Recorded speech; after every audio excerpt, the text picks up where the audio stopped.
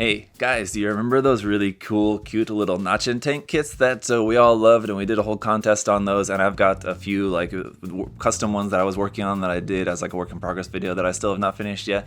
Cavico is back with a new Choipla kit, and it's the Scopedog. So here it is. Just like with the Nachin tank, it's in this cute little kind of SD package in terms of its like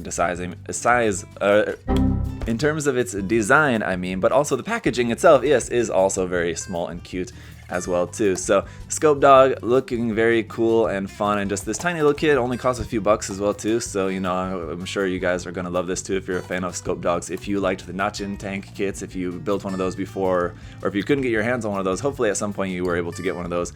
But this one here is a Scopedog. Let's go ahead and check it out.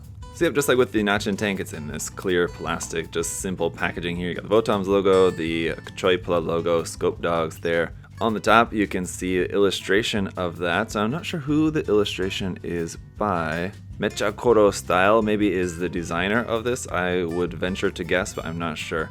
But anyway, there's that, and then you got just the line art version of that here on the back, non-scale model. A QR code there probably just goes to the Cavico Twitter page, I would imagine. Here on the bottom you do have like a layout of the runners. It looks like you'll have 4 little runners in here. And really fun thing about the runners here, like we saw with the Nachin kits, is that they're on this kind of like rig, these pieces here on the side that keep the runners stacked like that. It's really cool, and just a really cool way to package a little kit like this, so definitely A+ for that. Inside here though, we do also have just the instructions for building that, so you've got that all here laid out for you. Pretty simple, pretty straightforward, but I mean obviously a more complex than the Nachin tank. It's definitely got a lot more parts to it here than that did. So just to go real quick through these so you guys can look at the parts. Here is the first one. I don't think these runners are labeled A, B, C, D or anything like that. It's just the parts are numbered from 1 onwards. So here's the second runner. So you can see there's like a cockpit in there as well too. I don't know if there's a character pilot figure to sit in there. It doesn't look like it now. You got some hand parts, shoulder parts and everything, arm parts, all that. And then our last runner here looks like mostly leg parts, a couple of little detail parts and everything on that too. So there are the runners anyway, so let me just go ahead and get this snapped up and then we'll have a look. Alright, here is the little cutie all built up. It's very small, but it looks awesome. Got a lot of great detail on there as well too, so I mean once this is painted, it's gonna look really cool. And there is some bits of articulation. You can kind of move some stuff around, at least more so than you could with the Nachin kit, for example. So I mean, even though it's a very small, simple kit, of course, only a handful of parts, there's a few different things that move around, so you can actually do more with it than have it like just standing there, for example. And the holes in the hands and the shape of like the hooks on the backpack make me think that this is something that they're possibly planning on making other versions in the future, or at least some sort of like accessory pack for this, something in the future, something that it can hold in the hands or something that will attach onto the backpack or something like that. Definitely looks like they engineered this kit with that in mind, that they could add more to it on in the future. So I don't know if that's going to actually happen or not, but let's go ahead and check it out up close. Now you do have one sort of accessory, which would be like this little thing here, which I couldn't see actually where this is mentioned in the manual, but it seems to be basically this is just meant to be a little bit of a kickstand there that you put between the legs. And that just seems to help him balance a little bit when standing. So you can use that if you want, but as you saw earlier, it doesn't really particularly need that in order to stand up, kind of stands up fine without that. Now as for the moving parts that I mentioned, the arms will rotate. Those are on ball joints, but certainly limited in their articulation, so you can move them in and out a little bit like that, to about out to about there, and then forward up to about there. So you can see how maybe this would be they would have a gun or something for the hand for this later. And then for the camera on the front that can move side to side along the track there, you can also lift up the visor like that, or you can lift up this whole section, well I guess like that, off the top of the head, and you can see the seat down in there.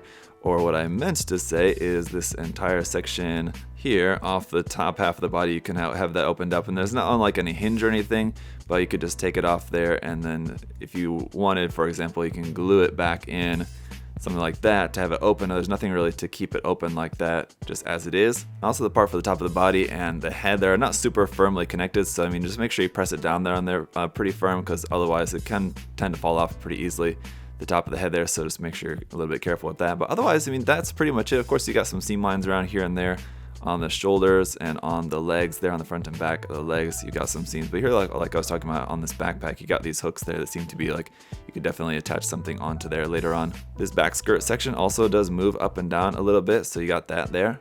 I actually almost forgot there is a little bit more articulation to this. The reason why the back skirt moves is because the legs actually rotate forward and back as well too. So for when the pilot is sort of getting into this, I guess the legs are supposed to fold back like this. Typically you'll see like this is how other kids are able to do this. And so you can set it down like that for when the pilot is actually getting into the thing there. So there's another little point of articulation that you can do with that. The kind of posing that you can do with this is pretty cool. And for a size comparison, here it is with a 1/44 scale Gundam and also a 1/35 scale Machine Krieger kit there, so you can get a sense of the size of this. Very, very small, but you know what they say about big things come in small packages, right? I guess so. There's a lot of potential there with this tiny little guy. So certainly whether you're a Votoms fan or just you like building cool little kits, or just, you know, if you see this and think, you know, there's a couple dollars I could spend on a kit and I could have a lot of fun with, I would definitely recommend checking it out. I think there's definitely a lot of potential to paint this up, to customize it even further if you want, to weather it, or, you know, do a lot of different stuff with this.